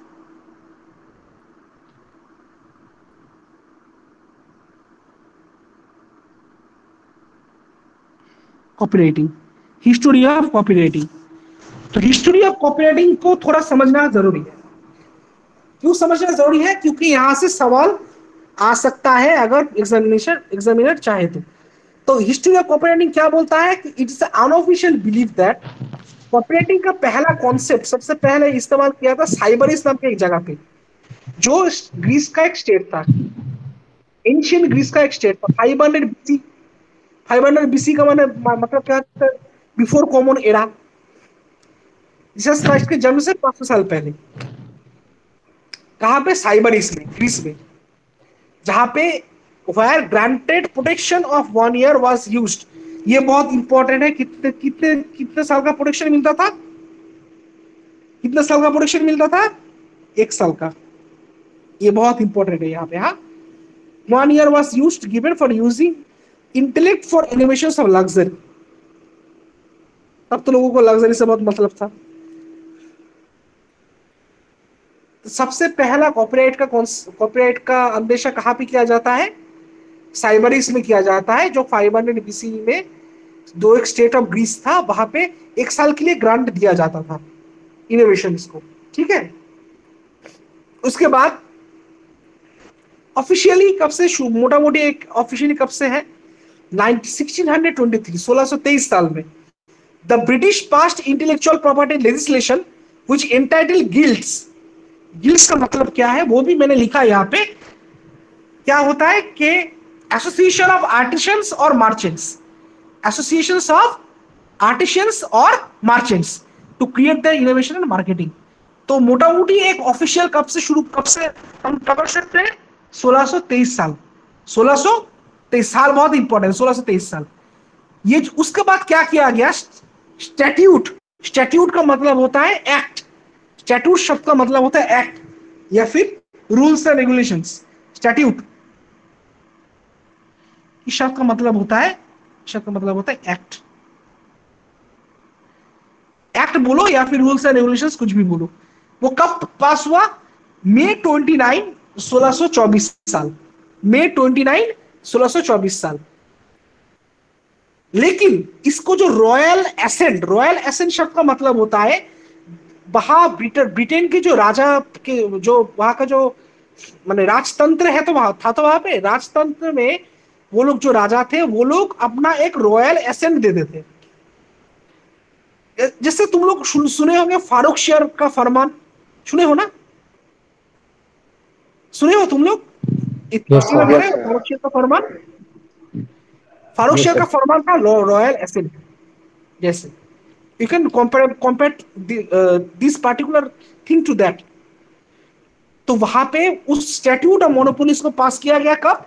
May 29, 1624 में। लेकिन उसको रॉयल एसेट कब दिया गया? February 12, 1624 में बाय द ब्रिटिश एम्परर। जो जिसने क्या किया, ब्रिटिश इंटेलेक्चुअल प्रॉपर्टी लेजिस्लेशन जो 1623 साल में बना था उसको रिप्लेस किया, और इन्वेंटर और क्रिएटर को 14 साल का एक क्या दिया गया, 14 साल के लिए राइट दिया गया। 14 साल के लिए उसको राइट दिया गया। उसके बाद क्या हुआ, ये बहुत साल तक चला। उसके बाद स्टैट्यूट ऑफ एनए आया। स्टैट्यूट ऑफ एनए आया अप्रैल 10, 1710। बहुत इंपॉर्टेंट है तारीख, अप्रैल 10, 1710, जिसने स्टैट्यूट ऑफ मोनोपोलिस को रिप्लेस किया। और जहां पे क्या कहा गया कि 14 साल होने के बाद भी कोई इसको फिर से 14 साल के लिए रिन्यूअल कर सकता है, उसको 14 साल के लिए फिर से रिन्यूअल कर सकता है। तो इसी को कहा जाता है कॉपीराइट एक्ट ऑफ 1710, जो first ever act on copyright है। First ever act on copyright, very important. So which is the first ever act on copyright? Statute of Anne, जो अप्रैल 10, 1710 में पास हुआ था। सबको समझ में आया? सबको समझ में आया या कोई है जिसको समझ में नहीं आया? सबको समझ में आया? Yes, sir. Yes sir. Okay. उसके बाद कुछ छोटा छोटा पॉइंट्स है जो हम लोग को याद रखना है। इंटेलेक्चुअल प्रॉपर्टी का 10 टाइप होता है, ठीक है? इससे पहले भी डिस्कस कर चुका हूं, क्लास में कुछ नए बच्चे हैं तो मैं थोड़ा एक रिपीट कर देता हूं। 10 टाइप क्या क्या होता है? Patent, copyright, trademark, geographical indication, trade secret. उसके बाद SICLD, semiconductor integrated circuits and layout designs. उसके बाद plant varieties, traditional knowledge, industrial design, biodiversity conservation. तो इंटेलेक्चुअल प्रॉपर्टीज क्या क्या है? हम लोग के 10 टाइप ऑफ इंटेलेक्चुअल प्रॉपर्टीज है। उसके बाद WTO, वर्ल्ड ट्रेड ऑर्गेनाइजेशन कब फॉर्म किया गया? जनवरी 1, 1995 at Geneva, Switzerland. As a result of 1994 Marrakesh agreement, बहुत इंपॉर्टेंट है, ये एग्जाम में आने का बहुत चांस है। मैकाडिश एग्रीमेंट कब हुआ था? मैकाडिश एग्रीमेंट कब हुआ था? 1994 में। उसके बेसिस में वर्ल्ड ट्रेड ऑर्गेनाइजेशन कब फॉर्म हुआ? जनवरी 1, 1995। जिसने क्या किया कि general agreement on tariffs and trade, जिसको शॉर्टकट में गैट कहा जाता है, GATT, general agreement on tariffs and trades, GATT, उसको रिप्लेस किया, जो 1948 में बना था। तो गैट कब बना? 1948। वो किससे रिप्लेस हुआ? WTO से, जो कब बना? जनवरी 1, 95 में बना। जनवरी 1, 95 में बना। 95, ठीक है, 95 ना, नहीं आ रहा है, 95 में बना, जनवरी 1, 95 में बना। इसको याद रखना है। WTO का प्रेजेंट कितना कंट्री है इसका मेंबर है? 164 कंट्रीज इसका मेंबर है। कितना कंट्री इसका मेंबर है? 164 कंट्रीज इसका मेंबर है। और इसका प्रेजेंट जो डायरेक्टर जनरल है उनके, वो वहां के पहले महिला डायरेक्टर जनरल भी है। जो अभी वहां के डायरेक्टर जनरल है वो वहां के सबसे पहले महिला डायरेक्टर जनरल भी है, जिनका नाम क्या है? इसका स्पेलिंग उच्चारण मालूम नहीं यार। इटा एनगोजी ओकोन्जो इवेला, एनगोजी ओकोन्जो इवेला। समझ में आया? Yes, sir. बहुत इंपॉर्टेंट है ये जो सेक्शन है। यहाँ पे छोटा छोटा पॉइंट मैंने किया है, ये छोटे छोटे पॉइंट से काफी क्वेश्चन एग्जाम में आ सकते हैं। जैसे WTO ने किसको रिप्लेस किया? गैट को रिप्लेस किया। गैट कब बना था? 1948 को। WTO कब बना? 1/1/1995। किसके कौन से एग्रीमेंट के बेसिस पे बना? मार्किश एग्रीमेंट। मार्किश एग्रीमेंट कब पास हुआ? 1994। काफी सारा एमसीक्यू यहां से हो गया। डब्ल्यूटीओ के कितने मेंबर्स है? 164।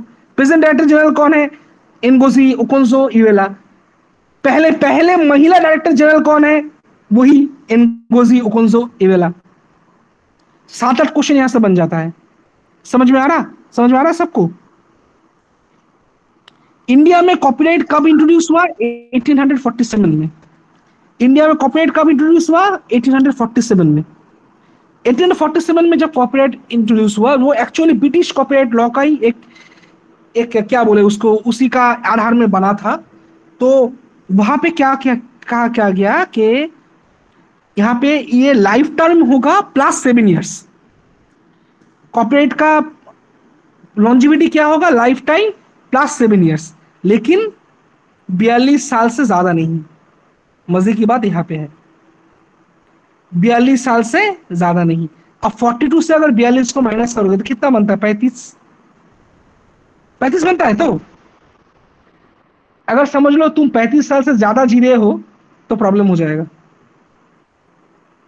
कोई है जो 35 साल से कम जीना चाहता है? No sir.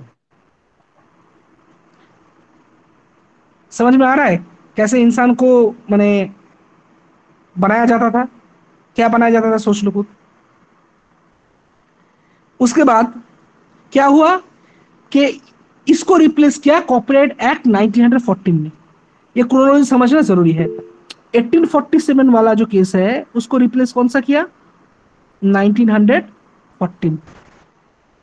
जो imperial copyright act 1911 United kingdom के ऊपर आधारित था। कॉपीराइट सो एग्जाम में आने के लायक एक बहुत इंपॉर्टेंट क्वेश्चन, कॉपीराइट एक्ट 1914 किसके ऊपर बेस्ड था? Copyright act 1914 was based on imperial copyright act 1911 of United kingdom. बहुत इंपॉर्टेंट क्वेश्चन है। वो किससे रिप्लेस हुआ? 1957 वाला लॉ से, which was later replaced by 1957 act, copyright act. समझ में आया? और उसके बाद क्या हुआ? 6 अमेंडमेंट हुआ वहां पे, 6 अमेंडमेंट हुआ। 2012 वाला लेटेस्ट है। कौन से साल में हुआ? 83 छठा। कौन से साल में हुआ? 83 84 92। हिंदी में क्या बोलते हो? 94 बोलते हो क्या? 94 95। हाँ 94 95। 94 95 और 2012। तो ये जो सेक्शन है यहां से बहुत क्वेश्चन आ सकता है। पहला क्वेश्चन, इंडिया में कॉपीराइट एक्ट सबसे पहले कब इंट्रोड्यूस हुआ? 1847 हो गया एक क्वेश्चन। कितने कितने टाइम के लिए हुआ? ऑप्शन में आ सकता है, ऑप्शन में ऐसा आ सकता है कि copyright act India was introduced in 1847, वो स्टेटमेंट दे दिया उन लोगों ने। फिर उसके अंदर में दिया Roman 1, it was applied for life time plus 7 years after death. Option number 2, not exceeding 42 years. Okay, अब वहां से क्वेश्चन दिया, both correct, only 1 correct, only 2 correct, none of this. Answer क्या होगा?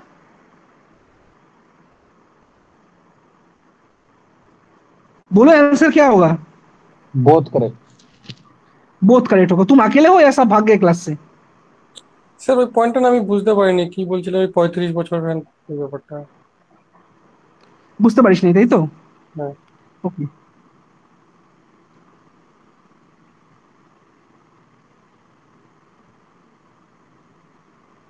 সাপোজ কোন একটা মানুষ,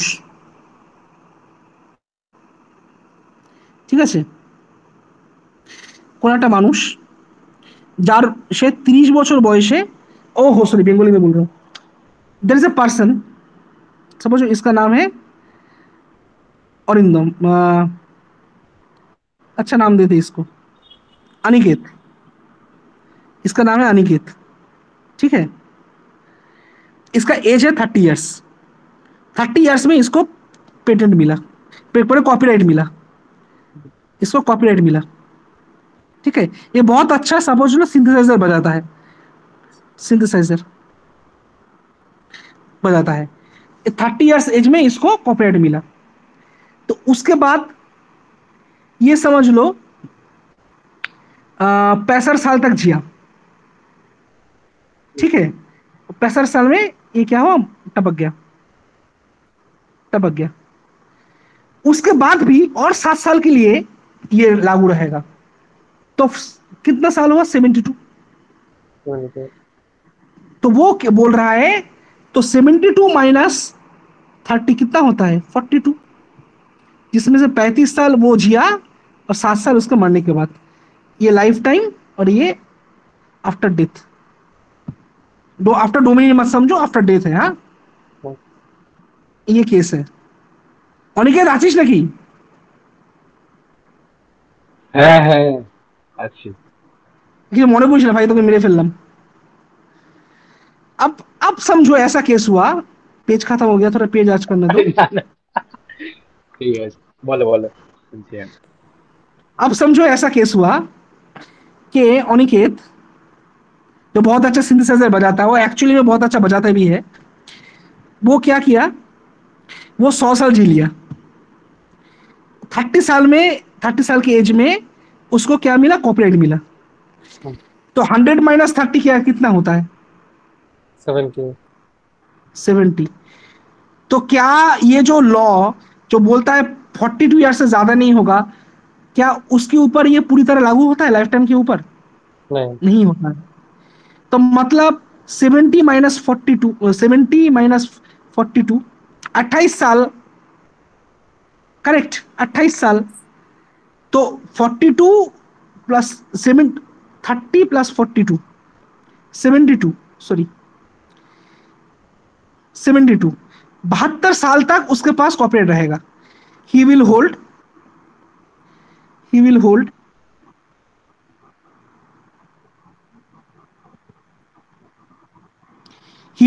copyright for 42 years. That is when up to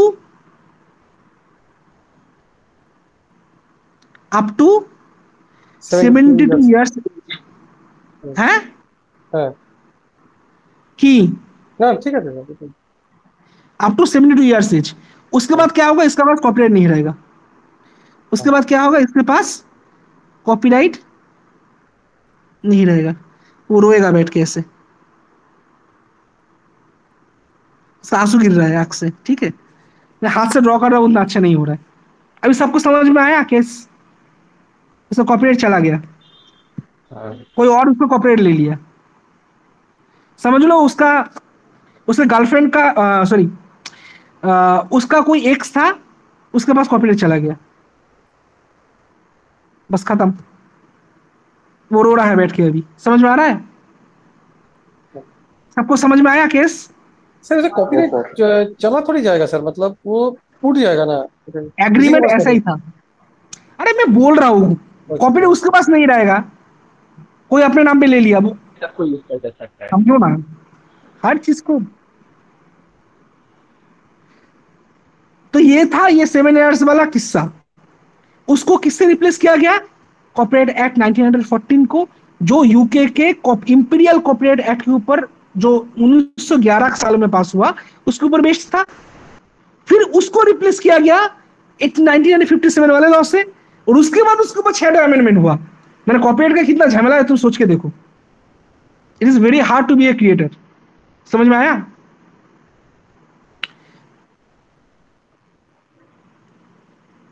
তুই মেশিন ডাউন থেকে চলিয়া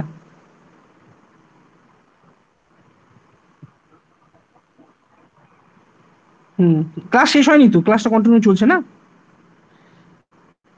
कितना बज रहा है अभी? समय লাগবে আর একটু। उसके बाद क्या, তোর ঘুম পাচ্ছে না? ঠিক আছে, তুই তুই মোবাইলটা কম্পিউটারটা অন রেখে ঘুমায় পড়। उसके बाद क्या हुआ, 1940 में ट्रेडमार्क्स एक्ट पास हुआ। जो ट्रेडमार्क्स एक्ट यूके से बेस्ड था, जो 1938 का है।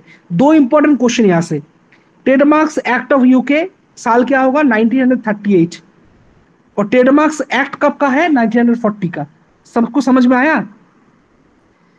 और उस कोई है क्लास में? Yes, sir. Hello? Yes, sir. है उसके बाद it was renamed on 1958 as Trade and Merchandise Act. Trade and merchandise act. और उसके बाद फिर से 1999 में वो ट्रेडमार्क्स एक्ट बन गया। समझ में आ रहा है क्रोनोलॉजी क्या है? Yes, sir. कोई है ऐसा जो जो समझा नहीं है? मुझको समझाना पड़ेगा फिर से। कोई है?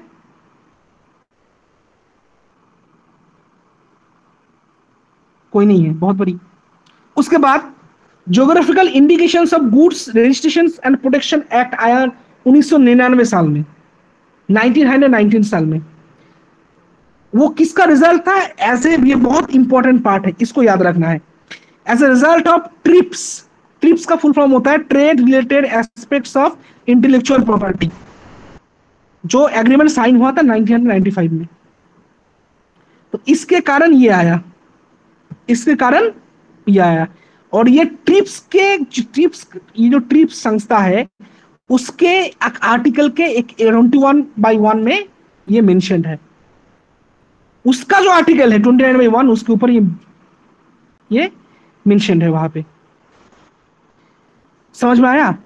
ट्रेड सीक्रेट के लिए कोई अलग लॉ नहीं है, बहुत वाइटल पॉइंट है। ट्रेड सीक्रेट के लिए कोई अलग सा लॉ नहीं है।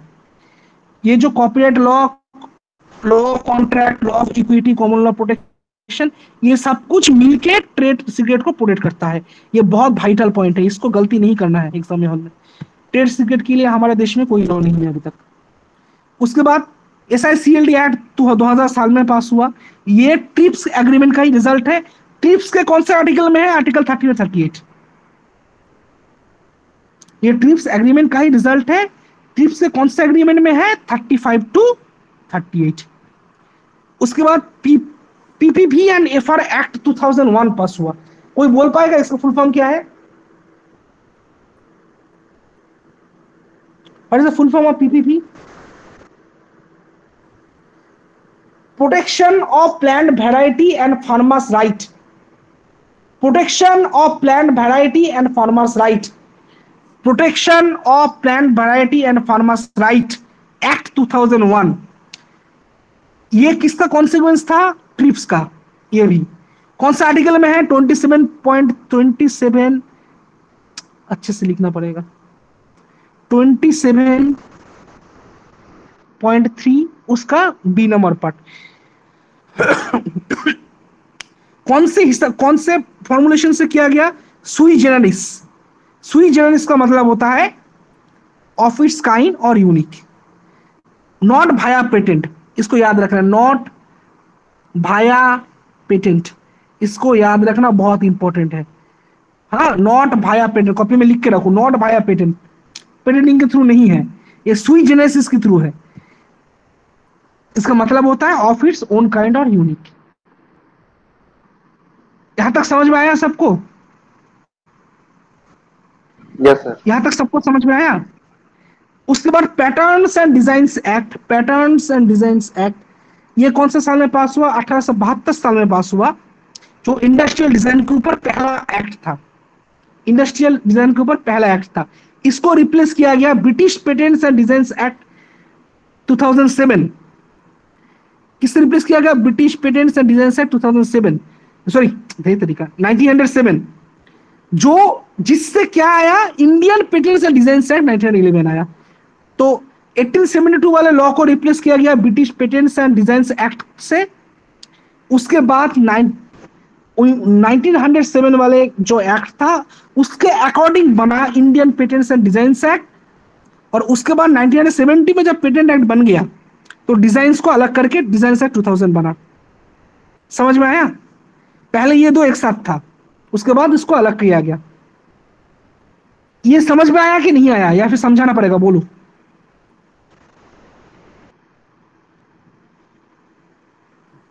Is there anyone who has not understood what I have said? बार बार पूछ रहा हूं, ये समझना बहुत जरूरी है, इससे क्वेश्चन 100% आएगा। ये बहुत इंपॉर्टेंट सेक्शन है, यहां से क्वेश्चन आता ही है। हेलो, अरे यार कोई है यस क्लास सर। में? हाँ मुझे चाहिए। उसके बाद इंडियन फॉरेस्ट एक्ट इनैक्ट हुआ 1965 में, ये बहुत इंपॉर्टेंट एक्ट है, 1965 में हुआ, जिसको 1978 में अमेंड किया गया, उसके बाद 1927 में। तो कौन सा साल हुआ? कौन सा साल हुआ? 65। उसको अमेंड किया गया 78 में, उसको अमेंड किया गया 1927 में। समझ में आया? 1927 फॉरेस्ट एक्ट एक बहुत कॉन्ट्रोवर्शियल एक्ट था, ठीक है।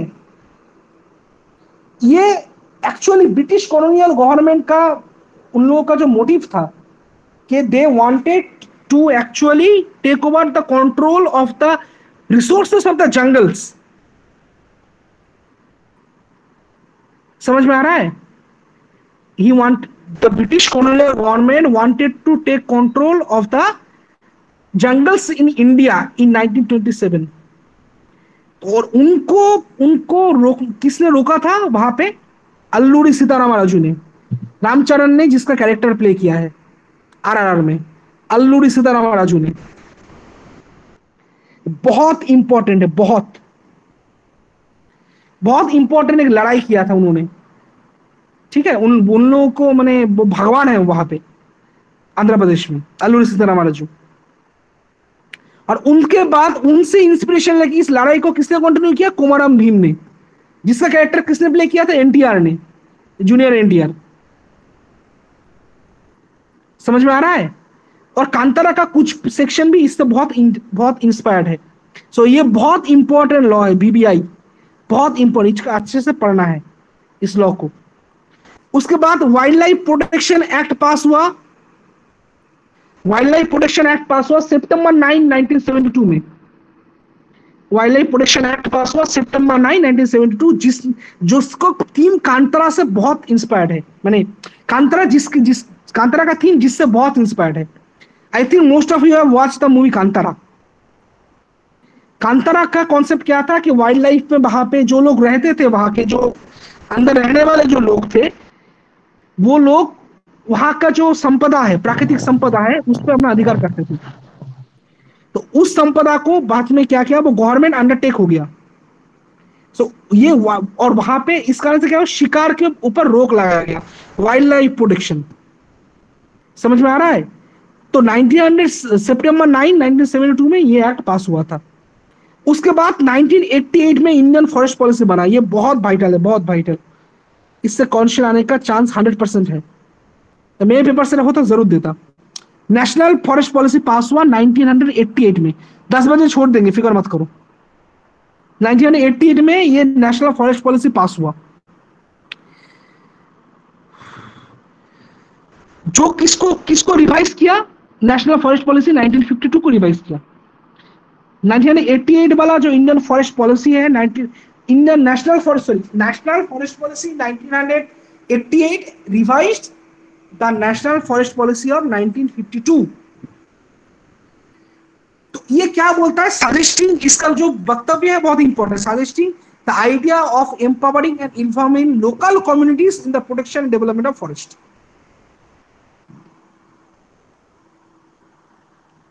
तो इसी का डायरेक्ट एक आउटकम रहा, a direct outcome of national forest policy 1988 was the joint forest management program। बहुत इंपॉर्टेंट है, जॉइंट फॉरेस्ट मैनेजमेंट प्रोग्राम, जो 1990 में बना गवर्नमेंट ऑफ इंडिया के थ्रू। जो 1990 में बना गवर्नमेंट ऑफ इंडिया के थ्रू। 1990 इंडिया में इंडिया के प्राइम मिनिस्टर कौन थे? कोई बोल पाएगा? 1990 में इंडिया के प्राइम मिनिस्टर कौन थे? वाजपेयी। कौन थे? ना ना Vajpayee 1990 Narasimha Rao. PV Narasimha Rao. 1998 Narasimha Rao. Narasimha Rao. PV Narasimha Rao was the then prime minister of India। PV Narasimha Rao के टाइम पे ये पास हुआ। It was started on a pilot project basis on West Bengal। एक पायलट प्रोजेक्ट की तरह वेस्ट बंगाल में इसको चालू किया गया इन अर्ली 1971। और उसके बाद 1980s में एक बहुत बड़ा सक्सेस रहा। ठीक है, ये एक्चुअली ये जो पायलट प्रोजेक्ट का मतलब होता है, एक एक्सपेरिमेंटल प्रोजेक्ट है ये। As an experimental project West Bengal में ये चालू हुआ था, 1971 में ही चालू हुआ था। तो उसको उससे ये जो नेशनल फॉरेस्ट पॉलिसी है वो बहुत इन्फ्लुएंस्ड हुआ। ओके, नेशनल फॉरेस्ट पॉलिसी बहुत इन्फ्लुएंस्ड हुआ और इसी कारण से 1952 वाला जो नेशनल फॉरेस्ट पॉलिसी था उसको रिवाइज किया गया 1988 में, और उसी के बेसिस पे क्या बना, joint forest management programme, joint forest management programme बना। सो ये क्रोनोलॉजी जो है, ये क्रोनोलॉजी समझना बहुत इंपॉर्टेंट है। घटनाक्रम, हर घटना किसी न किसी घटना का एक कॉन्सिक्वेंस होता है। अंग्रेजी में एक टर्म है, जानते हो, बटरफ्लाई इफेक्ट बोलते हैं उसको, जी जानता सर। है क्या उस थ्योरी? Butterfly effect. ये बटरफ्लाई इफेक्ट जैसा होता है, जो भी ये जो पॉलिसी एक्ट वगैरह होता है, पॉलिसीज होता है, ये पिछले किसी न किसी एक्ट और उसके बाद उसका जो कॉन्सिक्वेंसेस है और उसके सराउंडिंग्स में जो इंसिडेंट हो रहा है उससे इन्फ्लुएंस हो जाता है, होके एक नया एक्ट बनता है। तो ये क्रोनोलॉजी समझना बहुत इंपॉर्टेंट है। भाईबा में अगर तुम जाओगे, समझ लो तुम हरिंदर सिलेक्ट हुआ है, हरिंदर सिलेक्ट होकर भाईबा में गया है, उससे जब ये पूछेगा वो लोग नहीं देखेंगे तुम कितना रट्टा मार के आए हो, वो देखेंगे तुम समझते हो कि नहीं समझते। समझ में आया हरिंदर? रट्टा मारना नहीं, समझना इंपॉर्टेंट होता है। क्योंकि तुम किसी भी जब ऑफिशियल लेवल में जा रहे हो तो तुमको उतना रट्टा याद रहने का जरूरत नहीं है। तुमको याद दिलाने के लिए स्टाफ से वहां पे, तुमको वहां पे मैनेजमेंट संभालना है वहां पे।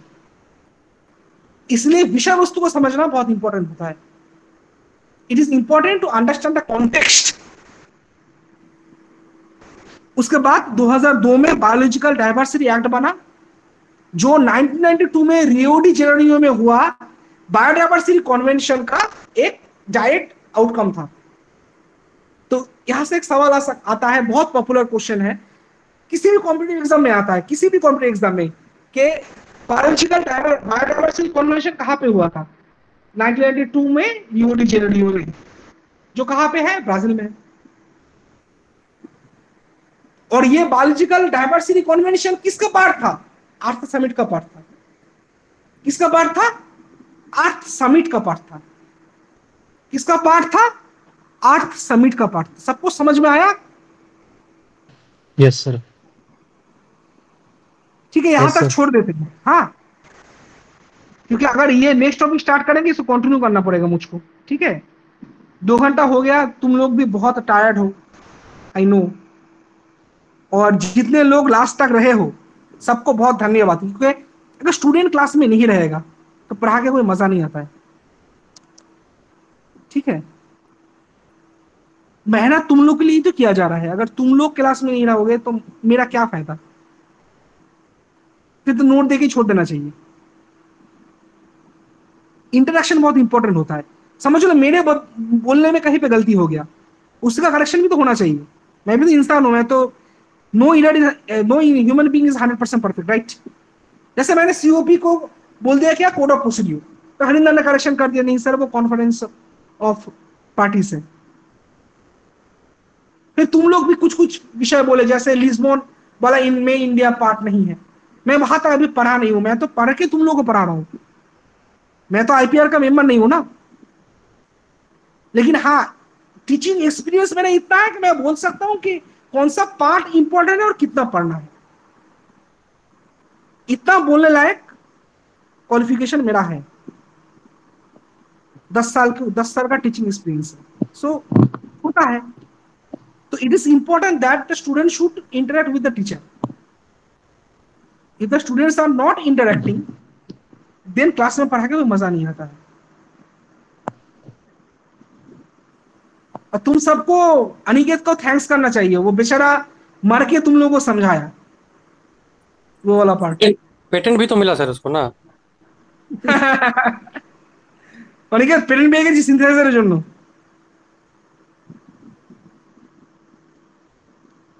He is in shock right now. So this was the topic and we will have our next class on कब होगा next class? We will have our next class on Saturday evening 8 PM. So यहाँ पे अभी भी कुछ topics बाकी हैं. I will continue that topic. Is it clear? Yes, sir. Yes, sir. चलो Thank you, sir. Good night. Okay. Good night.